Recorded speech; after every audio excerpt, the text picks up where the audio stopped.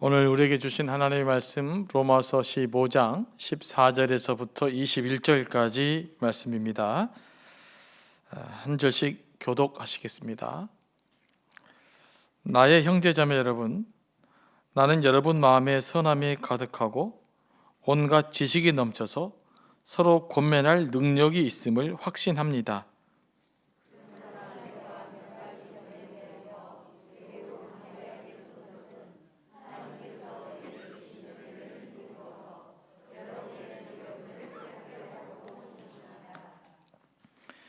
하나님께서 이 은혜를 내게 주신 것은 나로 하여금 이방 사람에게 보내심을 받는 그리스도의 일꾼이 되게 하여 하나님의 복음을 전하는 제사장의 직무를 수행하게 하시려는 것입니다.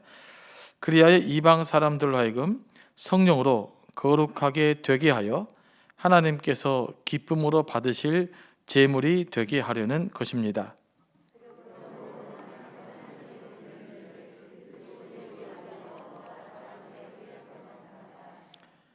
그리스도께서 이방 사람들을 복종하게 하시려고 나를 시켜서 이루어 놓으신 것 밖에는 아무것도 감히 말하지 않겠습니다.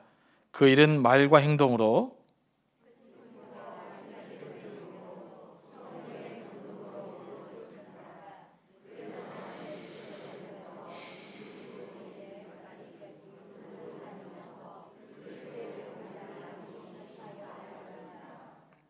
나는 이와 같이 그리스도의 이름이 알려진 곳 말고 알려지지 않는 곳에서 복음을 전하는 것을 명예로 삼았습니다. 나는 남이 닦아놓은 터 위에다 집을 짓지 않으려 하였습니다.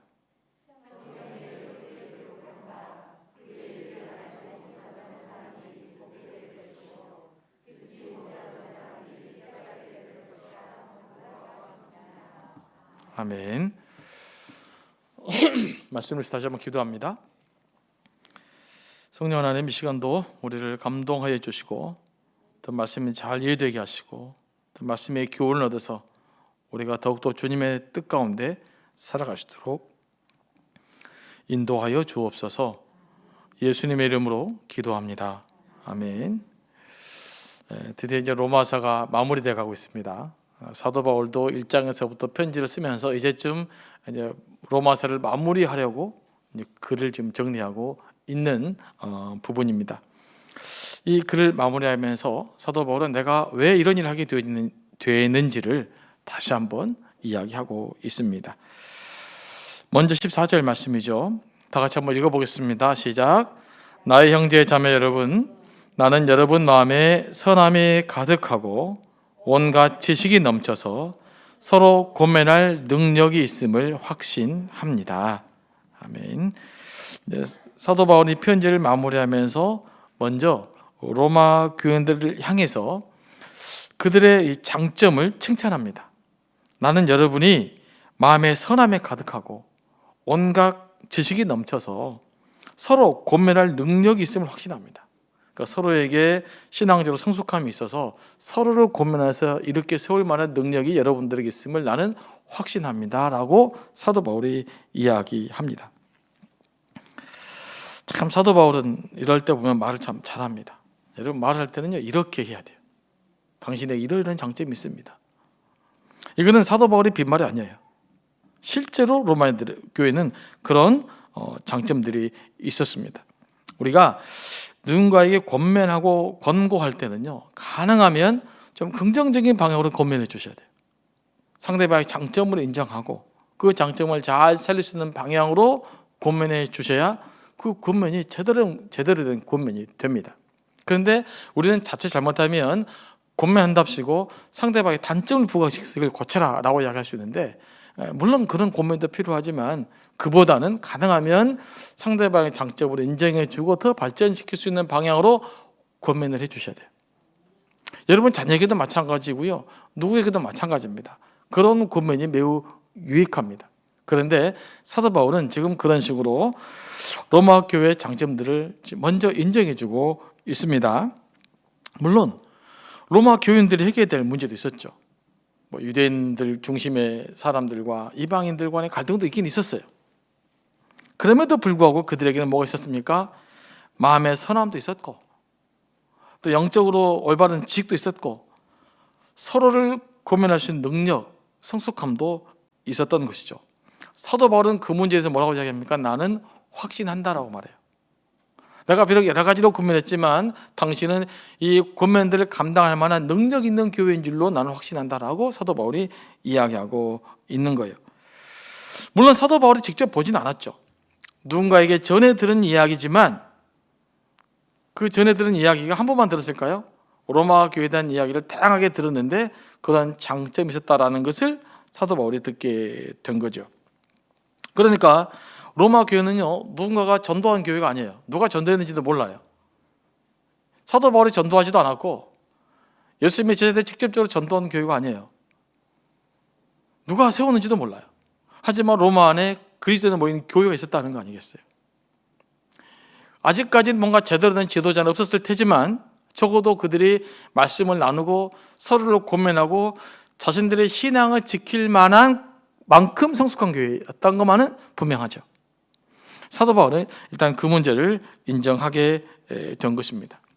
여러분, 우리가요 교회를 바라볼 때도 마찬가지고요, 또 우리 교회 성도들을 바라볼 때도 마찬가지죠. 사도 바울과 같은 이런 눈으로 봐야 돼요. 아직도 성숙해야 되고 아직도 해결해야 될 문제들이 많이 있지만 그러나 그 나름대로 선한 면도 있고 서로 건면할 수 있는 영적인 성숙함도 있다는 것을 우리가 알아야 됩니다. 우리가 그런 가능성을 인정해 주셔야 돼요. 나만 잘난 게 아니에요. 누구나 다 말씀으로 권면할 수 있고 격려할 수 있고 서로 말씀으로 일으켜 세워줄 수 있다. 그런 가능성을 여러분들이 일단 믿어야 된다고 믿습니다. 이 가능성을 믿지 못하면요 우리가 새로워질 수가 없어요. 다 잘못이었죠. 그러나 우리 안에 있는 선함의 가능성, 그런 것들을 바라볼 수 있는 눈들이 저는 우리에게 다시 열려야 된다고 믿습니다. 여러분 그런 확신이 있지 않습니까? 저는 그래도요 세상 사람들에 비하면 그래도 예수 믿는 사람들이 순수하다는 것을 압니다. 뭐 다녀보니까 알겠어요. 또 여러분들 생각하는 그런 도덕적 집단하고 제가 사람을 만나보니까 그래도 교인들이 순수해요. 누가 뭐라고 그래도 죄를 지면 양심의 가책을 느낄 줄 알잖아요. 그런 확신 여러분 있으십니까? 세상 사람들이 그냥 교회가 뭐라고 그러니까 여러분도 교회는 희망이 없다고 생각하세요? 그러면 진짜 희망이 없어지는 거예요. 지금 우리 시대에 필요한 것은 그래도 하나님을 믿고 우리 안 하나님께서 남겨주신 어떤 선함의 영역들, 그런 것들을 서로 바라보고 그런 것들을 서로 격려해주고 그런 것들을 서로 키워내줘야 될 줄로 믿습니다. 이것이 건강한 그리스도인의 모습입니다. 여러분 그 모이기를 힘쓰면서 이런 가능성을 발전시켜야 돼요.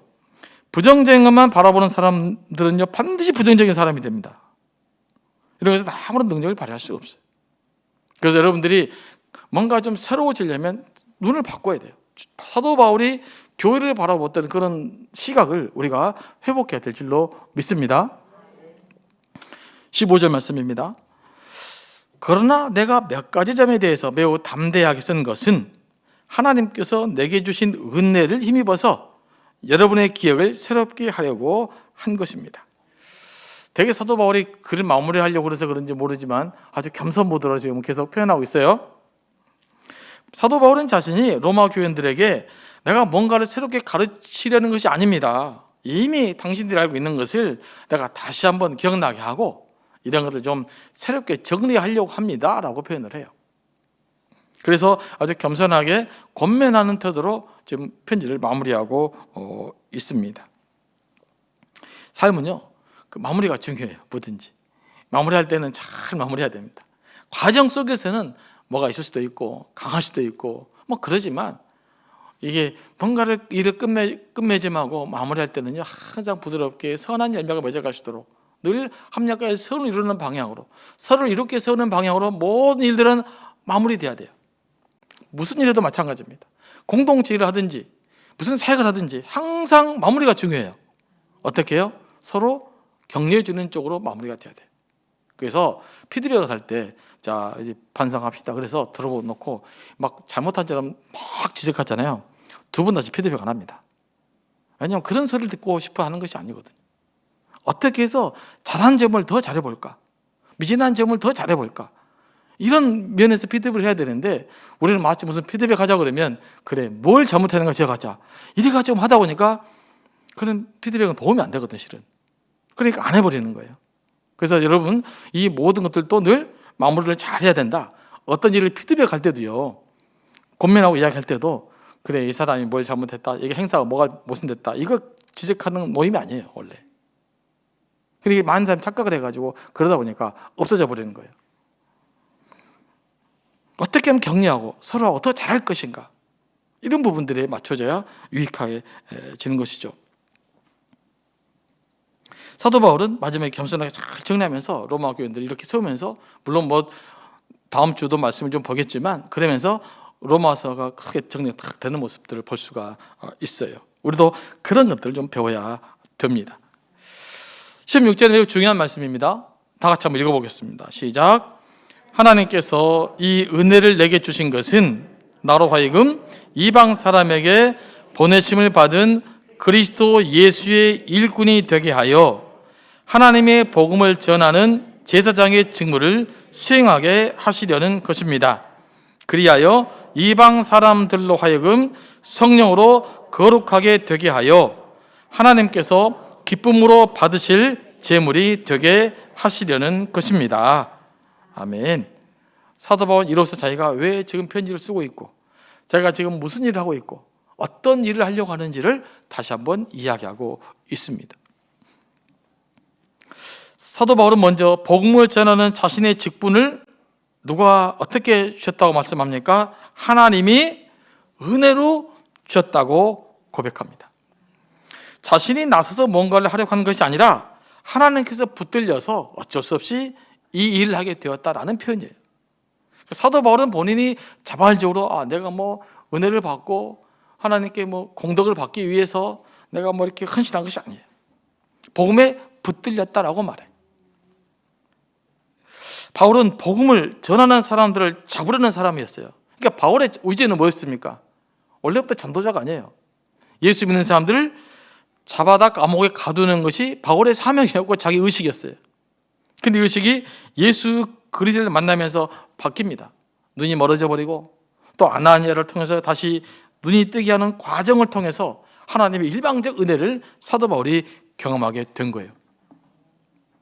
사도 바울은 이렇게 구원도 하나님의 은혜로 받았지만 본인이 감당한 사역도 하나님의 은혜로 사역을 감당한다라고 말합니다. 그러니까 사도 바울은 복음을 전파하는 사명을 하나님의 은혜로 본 거예요.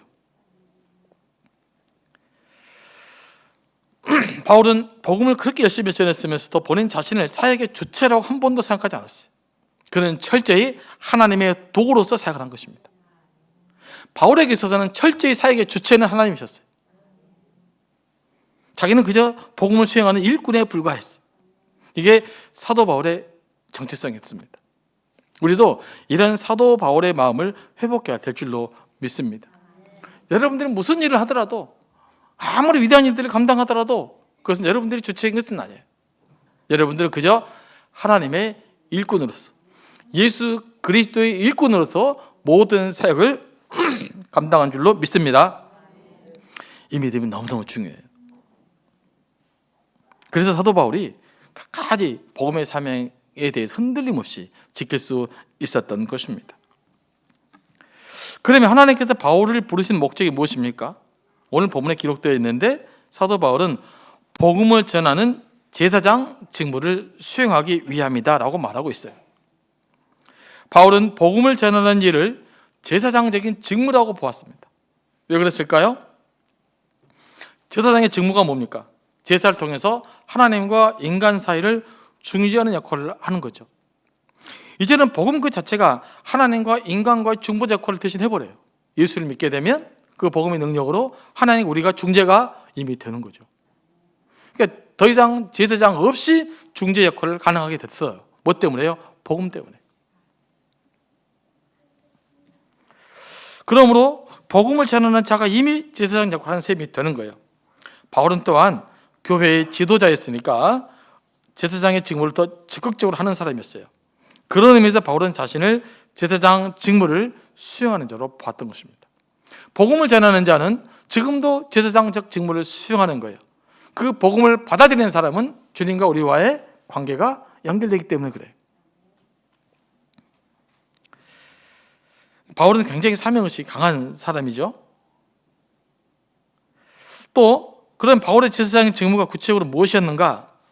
오늘 본문에서 몇 가지 살펴볼 수가 있는데 16절에서 첫째는 이방 사람들을 성령으로 거룩하게 하는 것입니다. 사도 바울은 이방 사람들이 단지 예수를 믿고 구원받는 것에 만족하지 않았어요. 그들이 예수를 믿고 구원받을 뿐만 아니라 성령으로 충만하게 되기를 원했어요. 그러니까 이방 사람들이 예수를 믿고 구원받았을 뿐만 아니라 성령으로 충만해서 거룩한 하나님의 백성으로 살기를 원했다는 거예요. 이게 굉장히 복음의 진리에서 중요한 말씀입니다. 성령의 열매를 맺고 복음을 전하고 가르치는 사람이 되기를 원하는 거예요. 제자의 사역의 목적, 우리가 복음을 전하는 근본적 목적은요, 단순히 예수를 믿고 구원받는 자로서의 삶에 그치는 것이 아니에요. 내가 만나는 사람이, 내가 전도하는 사람이 예수를 믿고 구원받고 구원받을 뿐만 아니라 다시 예수 그리스도를 전하고 증거하는 제자로 세우는 일. 이게 사도 바울의 전도의 목적이었거든요. 그렇기 때문에 우리가 누군가를 전도할 때 그 사람의 목적은 어디까지 가야 될까요? 교회만 오면 된 것이 아니에요. 교회 와서 또 기도하고 양육하고 이 사람을 훈련받게 만들고 다시 교회 지도자가 되고 다시 복음을 전하는 일꾼으로 세워가는 것까지 해야 돼요. 그게 저의 사명이고 여러분의 사명이에요. 한 영혼을 향한 이런 그 제자화적인 관점이 우리에게 필요해요. 사도 바울도 그랬잖아요. 이방인들이 단지 예수만 믿어서는 안 돼요. 하나님은 거룩한 백성이 되어서 이방 지역을 거룩하게 변화시키기를 원했던 거예요. 우리가 지금도 복음을 전하고 많은 사람들이 예수를 믿게 하는 목적은 뭐냐면 예수 믿는 우리의 모습을 통해서 이 땅을 거룩하게 만드는 거예요. 여기까지 우리의 비전이 가야 될 줄로 믿습니다.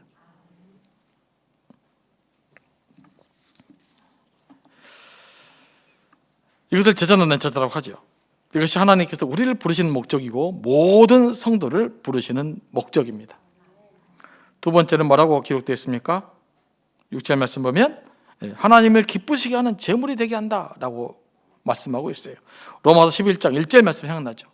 너희를 거룩한 산 제물이 되게 하라라고 말씀하시면서 사도 바울은 모든 이방인 백성들이 하나님의 거룩한 백성이 되게 하는 것을 기대했어요. 그리고 그들이 하나님의 기뻐하시는 삶을 살게 하기를 원했어요. 지금도 마찬가지입니다. 우리 스스로도 하나님의 거룩한 제물로 드려져야 돼요. 그 말이 뭡니까? 우리의 삶이 하나님의 뜻을 이루어가는 사람으로 살아야 된단 말이에요. 하나님의 거룩성을 드러내는 삶을 살아야 된다는 거예요. 뿐만 아니라 우리가 전도하는 그 사람도 하나님의 제자가 되어서 하나님을 기쁘시게 하는 삶, 그걸 살도록 하게 만드는 것이 우리의 해야 될 일이라는 것이죠. 그러니까 우리가 그래서 의미에서 같은 훈련을 받는 것입니다. 지도자들은 그런 의미에서 계속 훈련을 받으셔야 돼요. 됐다 할 수가 없어요. 끊임없이 훈련받고 훈련의 과정에 전도자를 동참시키고 그 전도자가 또 다시 훈련을 받게 만들고 그런 과정의 연속선상에 여러분들의 삶이, 저와의 삶이 놓여 있어야 된다는 말입니다. 그래서 그러니까 내가 훈련을 안 하면서 새신자들 훈련하게 할 수는 없잖아요. 예를 들면 나는 수요 기도를 안 나와요. 예를 들어보면. 근데 우리 새가족에게 여러분 수요 기도 열심히 나오십시오 그래요. 한두 번 나왔어요. 근데 여러분이 그건 내가 안 보여요. 그럼 어떻게 될까요? 아, 이건 안 와도 되나 보다 이렇게 생각하는 거예요.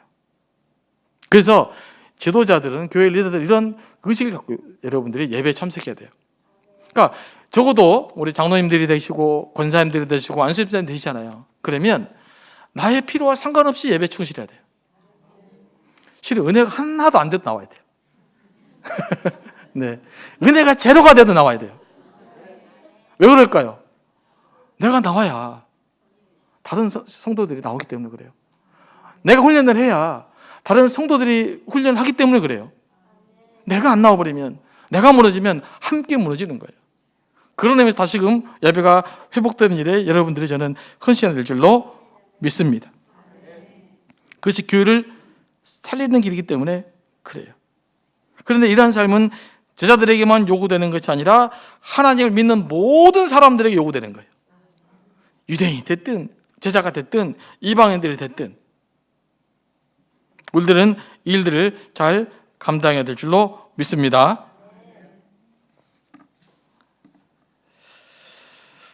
하나님의 뜻은 하나님 나라가 확장되는 것이죠. 이건 많이 들어보셨죠? 하나님 나라 확장되었던 거. 그럼 우리가 어떻게 해야 하나님 뜻이 확장이 될까요? 하나님 나라 확장되어져 갈까요? 하나님 나라가 몇 가지 개념이 있지만 하나는 영토적 개념이 있지만 하나는 백성이 하나님의 나라예요. 그죠? 그러면 하나님의 나라가 확장된다는 것은 하나님의 백성이 늘어나는 것을 의미해요.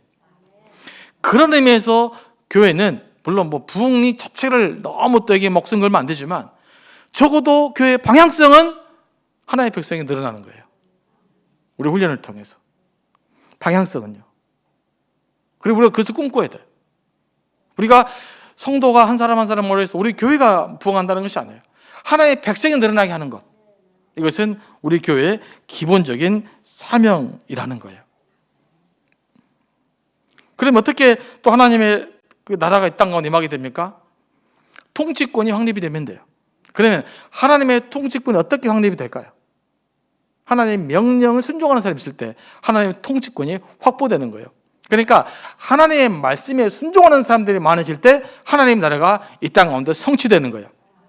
그러니까 하나님 나라가 이 땅 가운데 어떻게 성취되어지는가? 복음을 전해서 예수 믿는 사람들이 많이 늘어나고 하나님의 말씀에 순종하는 사람들이 많아질 때 하나님의 나라가 이 땅 가운데 세워져 가는 거예요.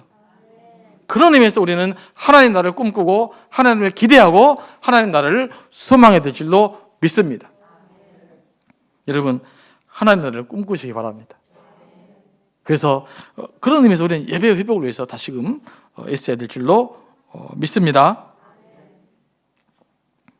그런데 왜 하나님 바울을 특별하게 세웠을까요? 몇 가지 이유가 있어요. 예수님의 제자들을 통해서는 이 전 세계를 향한 복음화 사역을 감당하기가 좀 어려워요. 왜 그럴까요? 예수님의 제자들은 유대 속에서 살았어요. 그러니까 예수님의 제자들의 세계관은 유대 안에 있어요. 세계관을 넘어서는 것은 보통 일 아닙니다. 얼마나 어려운 일이냐? 요즘 진보와 보수 갈등이 있죠. 보수적인 사람이 갑자기 진보적인 사람이 생각 똑같아요. 진보적인 사람이 갑자기 보수적인 사람이 똑같아요. 얼마나 안 됩니까? 그만큼 어려운 거예요. 그만큼 세계관이 바꾸는 건 쉽지 않아요. 그런데 예수님의 제자들은 철저히 유대적인 세계관 안에 좀 갇혀 있었던 거예요. 그러니까 세계 복음화를 위해서는 어떤 사람이 필요할까요? 좀 열린 시각을 가진 사람이 필요해요. 로마 시민권을 갖고 로마의 문화를 알고 선진 문화를 알고 그걸 적용해낼 수 있는 사람이 필요했단 말이죠. 그 사람이 누구였습니까? 바로 사도 바울이었던 거예요. 유대교 전통의 강한 제자들이 다양성과 개방성을 수용하는 것은 매우 쉽지 않았기 때문에 그래요. 그런데 사도 바울은 그쪽 문화를 잘 알았기 때문에 되게 유연할 수 있었고 개방적일 수 있었고 이방인들에게 대해서 무엇보다 수용적인 태도를 가질 수 있었던 것이죠. 하나님 그런 사도 바울을 사용하셨던 것입니다. 하나님은 사람을 사용하실 때요, 그의 기질과 은사와 강점을 사용하십니다. 뭘 사용하신다고요? 그 사람의 기질도 사용하시고 그 사람의 은사도 사용하시고 그 사람의 강점을 사용하셔요. 그런 의미에서 로마 시민권을 가진 바울은 이방 선교를 위해서는 최적화된 사람이라고 볼 수가 있어요. 그리고 바울 역시도 이방인들을 살리고 세우는 일을 자신의 최우선적 가치로 생각을 했던 것입니다. 하나님의 목적과 사도 바울의 목적이 만나게 돼요. 하나님의 열정과 사도 바울의 열정이 만나게 돼요. 인간의 목적과 하나님의 목적이 만나게 될 때, 하나님의 열정과 인간의 열정이 만나게 될 때 그때 시너지가 나타나는 것이에요. 그럴 때 복음의 역사가 극대화되게 되는 겁니다. 그래서 여러분들 열정은 복음 열정과 만나셔야 돼요. 여러분의 목적이 복음적 목적과 만나셔야 돼요. 그래야 여러분 삶 가운데서 시너지가 나타나고 복음의 역사가 극대화되게 나타날 줄로 믿습니다. 내 열정 헌신만으로는 안 된 것이죠. 그래서 사도 바울이 전 서신서를 통해서 뭘 강조합니까? 성령을 강조하는 이유가 기회가 있어요. 성령의 역사가 바로 내 열정과 하나님의 열정이 만나는 자리예요. 나의 목적과 하나님의 목적이 만나는 자리예요. 나의 가치와 하나님의 가치가 만나는 자리예요. 그걸 뭘 또 일어나느냐? 성령의 역사시면 그 일이 벌어지는 거예요. 지금도 성령의 역사시면 여러분의 목적과 하나님의 목적이 같아져요. 여러분이 추구하는 가치와 하나님의 가치가 같아져요. 여러분의 열정이 하나님의 열정이 되는 거예요. 그래서 우리 안에 성령의 역사가 나타나야 되는 거예요. 그런 성령을 사모하시기 바랍니다. 17절 말씀입니다. 그러므로 나는 하나님 섬기는 일을 그리스도 예수 안에서 자랑스럽게 생각합니다. 바울은 하나님을 섬기는 일, 복음을 전하고 가르치는 일을 자랑스럽게 생각했습니다. 왜 그럴까요? 그 일이 생명을 살리는 일이기 때문에 그렇습니다. 여러분들이 복음을 전하는 일을 자랑스럽게 생각하셔야 돼요. 복음 전하는 것은 절대로 부끄러운 것이 아닙니다. 아무리 세상 사람들이 손가락질해도 그건 절대 부끄러운 일이 아니에요. 그건 자랑스러운 일이에요. 왜냐하면 그 복음을 받아들인 자에게는 무슨 축복이 임하십니까? 영생의 축복이 임하기 때문에 그래요. 여러분, 영생을 전달하는 자예요. 그러니까 당연히 복음을 자랑스러워하지 않겠습니까? 근데 복음의 가치를 모르니까 자꾸 복음을 부끄러워 부르는 거예요. 저는 어떤 의미의 한국교회가 제대로 된 시점을 만났다고 생각을 해요. 복음을 정말로 자랑할 수 있느냐? 복음에 대한 자부심이 있느냐? 그동안 복음에 대한 자부심도 없이 살았다면 이제는 반성해야 된다. 왜 복음에 대한 자부심이 없는가? 복음에 대한 생명의 가치를 모르니까 그러는 거죠. 이 생명인데 뭐가 부끄러워요? 좀 부끄러움 당하면 어때요? 그러지 않습니까? 그런데 이 복음의 가치를 우리가 놓치게 되면 복음이 부끄러워진 것이 되죠. 그래서 다시금 이 복음의 가치, 영생의 축복이 복음 안에 있다는 것을 다시 한번 확인해야 될 줄로 믿습니다. 사도 바울의 열정은요, 이 가치에 대한 확신에서 나온 것이었습니다. 자, 18절, 19절 같이 한번 읽어보겠습니다. 시작. 그리스도께서 이방 사람들을 복종하게 하시려고 나를 시켜서 이루어 놓으신 것 밖에는 아무것도 감히 말하지 않겠습니다. 그 일은 말과 행동으로, 표징과 이적의 능력으로, 성령의 권능으로 이루어졌습니다. 그래서 나는 예루살렘에서 일본까지 이르기까지 두루 다니면서 그리스도의 복음을 남김없이 전파하였습니다. 아멘. 여기서 이제 일리곤이라는 단어가 나오죠. 19절에. 일리곤은 지금의 유고슬라비아와 알바니아 지역에 해당되는데요. 사도 바울이 복음을 전했던 곳 중에 가장 서쪽이에요. 아직 로마까지는 못 갔어요. 로마가 이르기 전엔 최서쪽. 여기서 사도 바울이 이제 한 걸음만 더 가면 로마예요. 그래서 사도 바울 로마를 가기를 꿈꿨던 것이죠. 여기까지 지나갔을 때 사도 바울은 두루두루 다니면서 복음을 남김없이 전파했다고 말해요. 사도 바울은 어느 한 곳도 복음이 전하지 않는 곳이 없게 되기를 그렇게 꿈꾸며 살았던 거예요. 그러니까 1차 전도여행, 2차 전도여행, 3차 전도여행, 로마서까지도 복음을 전하고 끊임없이 복음을 전하며 다녔던 것입니다. 복음의 생명이 있으니까 이 생명을 가능하면 많은 곳에 전해주고 싶었고 가능하면 많은 사람들에 알려주고 싶었던 것이 복음의 열정입니다. 이 복음의 열정이 우리에게도 회복되기를 원합니다. 그런 마음을 가지니까 로마가 얼마나 가고 싶겠어요. 저희가 가야 되는데 저기까지 가야 세계 중심은 로마로 가야 복음 확산될 것 같으니까 사도 바울이 무슨 수를 써서라도 로마로 간 거예요. 자기 힘으로 로마가 힘드니까 예루살렘 붙잡혀 가버린 거예요. 그래서 그 사람들에게 어쩔 수 없이 바울을 재판하기 위해서 로마로 가야 되니까 시민권자가. 그래서 로마까지 가는 그 엄청난 바울의 열정들을 우리가 읽어낼 수 있게 되길 원합니다. 그런 의미에서 바울이 보통 분이 아닌 거예요. 물론 뭐 보통 분이 아니니까 위대하긴 하지만요. 그런데 이 열정이 어마어마하지 않습니까? 내가 안 되면 붙잡혀서라도 가는 거예요. 이런 복음의 열정이 저는 이제 다시금 우리에게 회복돼야 되지 않을까. 그래서 이 예수 그리스도가 여러분에게 주시는 생명의 풍성함, 영생의 풍성함을 좀 더 많이 누리셔야 돼요. 기도를 통해서, 말씀을 통해서, 찬양을 통해서 더 풍성하게 경험하고 누리셔야 돼요. 그래야만 사도 바울을 조금 눈곱만 치면서 따라갈 수가 있을 거예요. 그러면서 사도 바울은 복음 어떻게 전했다고 말합니까? 말과 행동으로 전했다고 말해요. 전도합시다 했던 것이 아니라 직접 전도했다는 거죠. 그리고 그러다 보니까 표적과 이적도 나타났고 성령의 능력이 나타나서 복음의 사역을 감당했다라고 말합니다. 지금 우리도 마찬가지고 저도 반성하는 바입니다만은 말로 전도합시다라는 말은 굉장히 쉬워요. 그런데 저도 사실 전도 전장 전해주려고 그래도 가슴이 심장이 뛰고 그래요, 솔직히. 몇 번씩 갔다가 나오고 또 나오고 막 이걸 줄까 막 하다가 막 졸라다 했다 나오고 오죽 있으면 커피숍 가갖고 그냥 2잔 시키고 한 잔은 내가 먹고 한 잔은 전도지값 이렇게 하겠습니까마는 쉽지는 않은 일입니다. 그러나 우리는 그럼에도 불구하고 해야 돼요. 여러분 전도지 꼭 나눠주시기 바랍니다. 나눠주는 일은 어렵지 않잖아요. 꼭 뭐 강제로 데리고 온 것도 아니니까. 그러나 나눠주는 일을 하셔야 돼요. 그게 복음을 자랑하는 일이에요. 그게 복음을 담대하는 일이에요. 담대하게 증거하는 일인 줄로 믿습니다. 한 가지 팁은 단골집 커피숍이 제일 좋아요. 2잔 시켜놓고 한 잔만 먹고 한 잔 주면 그냥 웃으면서 받습니다. 그래서 5장 주면 됩니다. 그러면 본인 안 갈지 모르지만 딱 걸어놔요. 2번째 가면 나한테 보여주려고. 여러분 가게마다 그런 해보시기 바랍니다. 본인 안 와도요 2번째 또 가면 다 놔둬요. 네.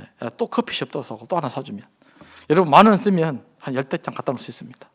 그거 뭐 어렵지 않잖아요. 그러니까 그런 일들을 해낼 때 내 안에 복음의 역사가 경험돼요. 더 큰 축복이 우리에게 임할 줄로 믿습니다. 20절 말씀입니다. 바울의 이제 목회 철학인데요. 나는 이와 같이 그리스도 이름이 알려지지 곳 말고 알려지지 않는 곳에서 복음을 전하는 것을 명예로 삼았습니다. 나는 남이 닦아놓은 터 위에다 집을 짓지 않으려 하였습니다. 라고 말해요. 당시에는 사도 바울만 복음 전했던 것이 아닙니다. 12제들도 복음 전했고 오순절에 강력한 성령의 역사로 복음을 받아들이는 사람들이 흩어져서 복음을 전했어요. 그 결과 중 하나가 로마 교회고요. 그런데 사도 바울이 이야기하면서 뭐라고 말합니까? 전도하다 보니까 이미 교회가 세워졌거나 이미 복음이 들어가는 곳은 자기가 가능한 피해 다녔다라고 말해요. 그리고 이 복음이 들어가지 않는 곳에서 가능하면 복음을 전하라고 애를 썼다.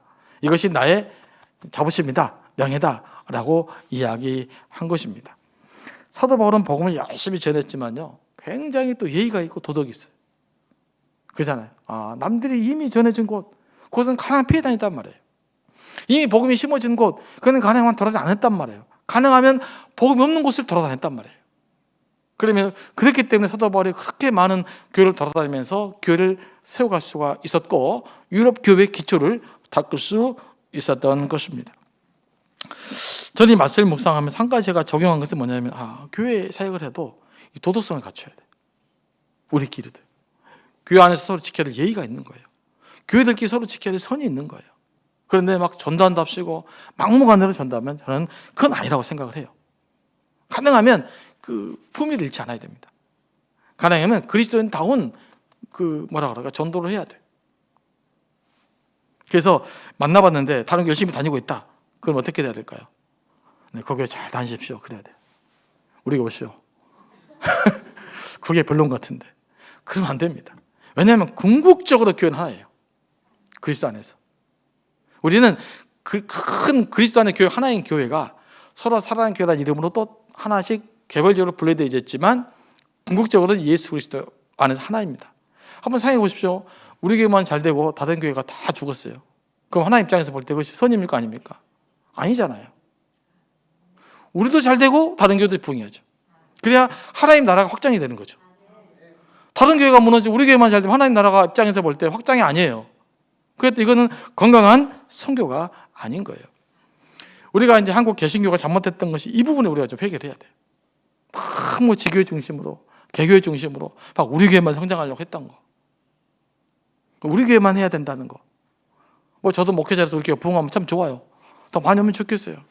하지만 그건 건강한 방법으로, 정상적인 방법으로 이 일들이 저는 이루어지기를 바랍니다. 그러기 위해서는 전도하셔야 되고 항상 그렇게 저는 여러분들이 생각을 했으면 좋겠어요. 우리도 세워져야 되지만 함께 세워져 가야 되는 거예요. 이 의식이 우리가 안에 약화됐기 때문에 서로 간에 갈등이 많았던 거죠. 이제 이걸 넘어서서 진정 하나됨을 이루어가는 또 우리 교회가 되어야 될 줄로 믿고요. 21절 마지막 말씀인데요. 성경이 이렇게 기록한 바 그의 일을 알지 못하던 사람들이 보게 될 것이요 듣지 못하던 사람들은 깨닫게 될 것이다 한 것과 같습니다. 사도 바울은 복음을 전하는 일이 구약의 예언을 성취하는 일이라고 봤어요. 사도 바울 입장에서는 이사야 52장 15절 말씀이거든요. 72종으로 번역된 말씀인데요. 사도 바울은 자신의 사명이 하나님의 예언을 이루는 과정으로 봤어요. 그러면 오늘 우리가 예수 그리스도의 복음을 증거하고 제자로 만드는 사명은 뭘까요?